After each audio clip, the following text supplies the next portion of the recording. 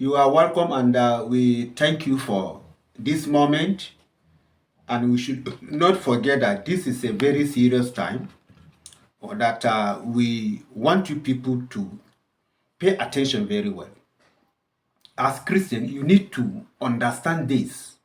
It's very, very important.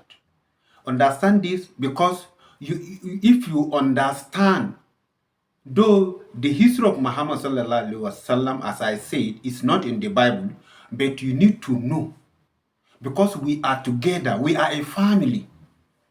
Because if you don't know anything concerning Prophet Muhammad sallallahu alaihi wasallam, it's going to be very hard for you to discuss about him with any Muslim.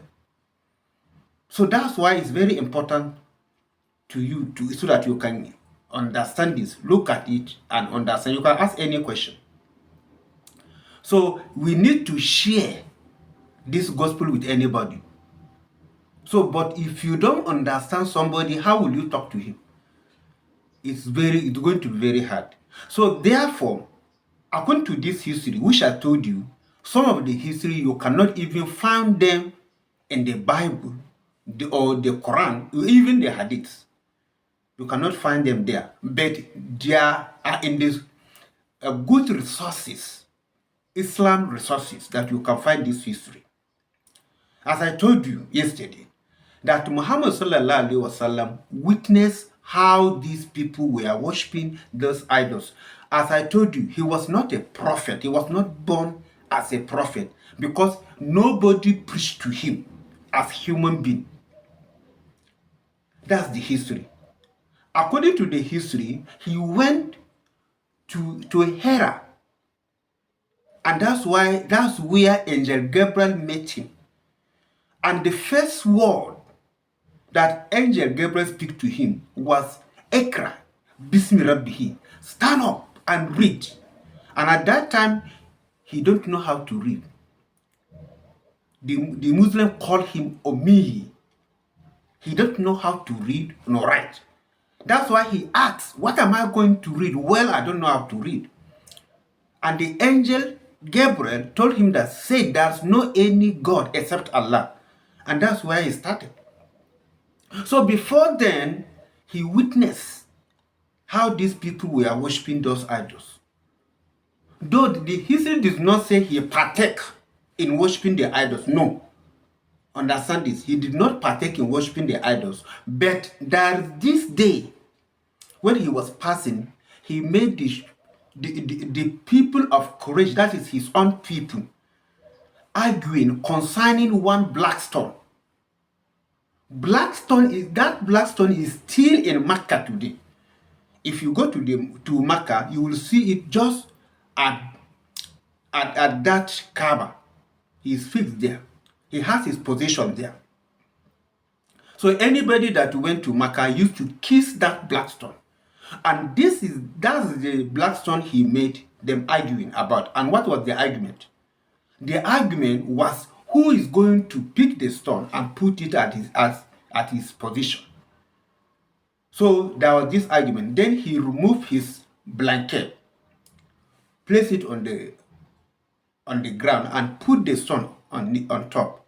Then he asked everybody to hold part of the blanket, and all of them placed the stone. And that judgment was okay. That resolved the problem. Understand? So he saw it. He was about 36 to 38 years then. He was not then a prophet because he became a prophet when he was around 40 years. That's what the history said. Understand? So therefore, there is this little problem that I have it personally.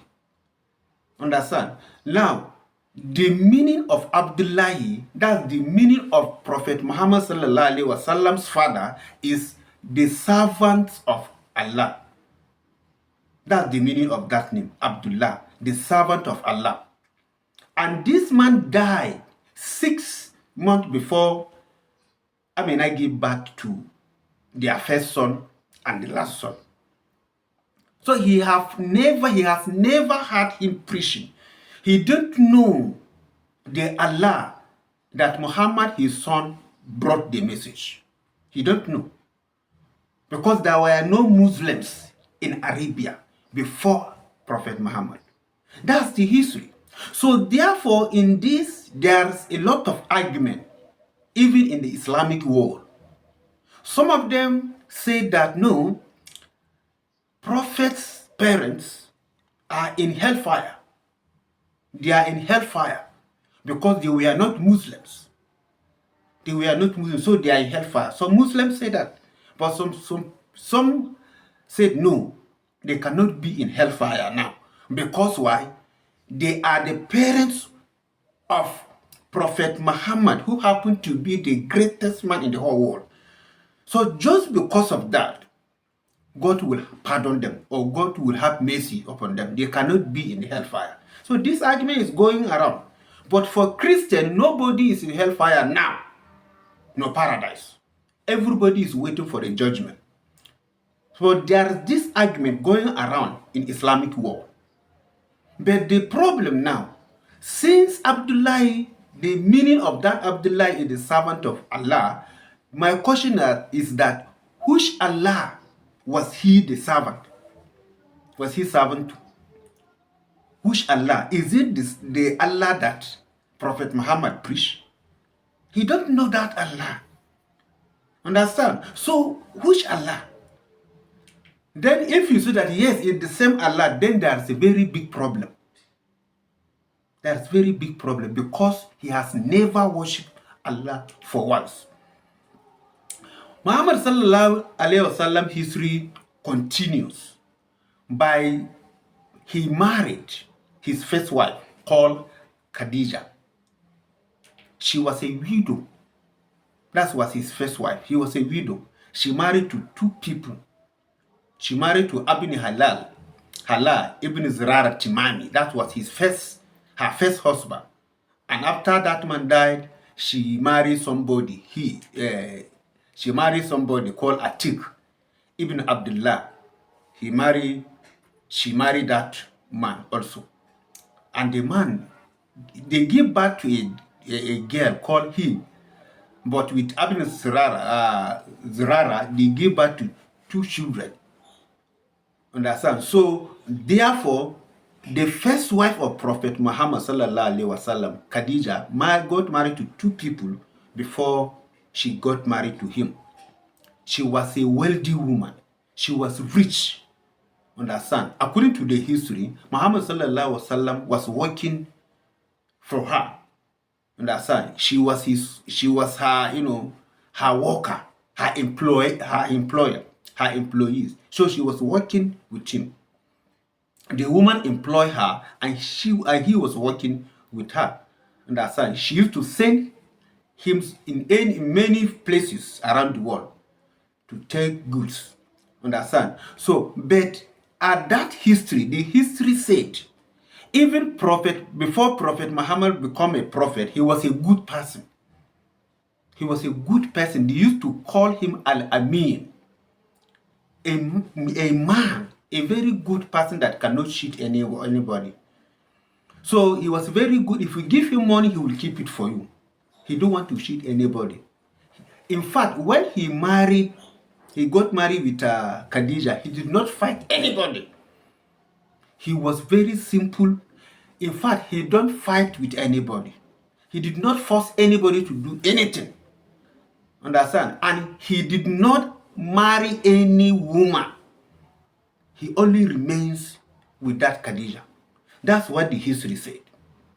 Understand? He married only one woman, and that's Khadija. So before Khadija got married to him, she was 40 years old. And while Prophet Muhammad sallallahu alaihi wasallam was 25 years old, which means she was older than him. For what? For 15 years.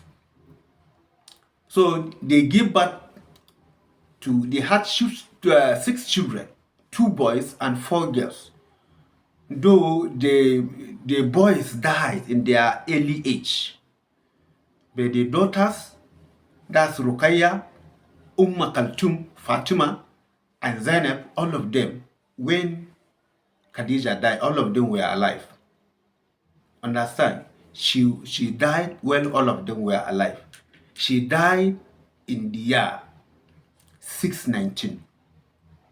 After the death of Khadija, Prophet Sallallahu Alaihi Wasallam, he has become a prophet then. Before he start marrying many wives. So tomorrow we will continue from where we stop. I want you to take this very serious. Understand it and share it. Yes, it's very, very important. We need to understand ourselves and follow what the Bible is saying, and so that we can stop fighting with one another. God bless you.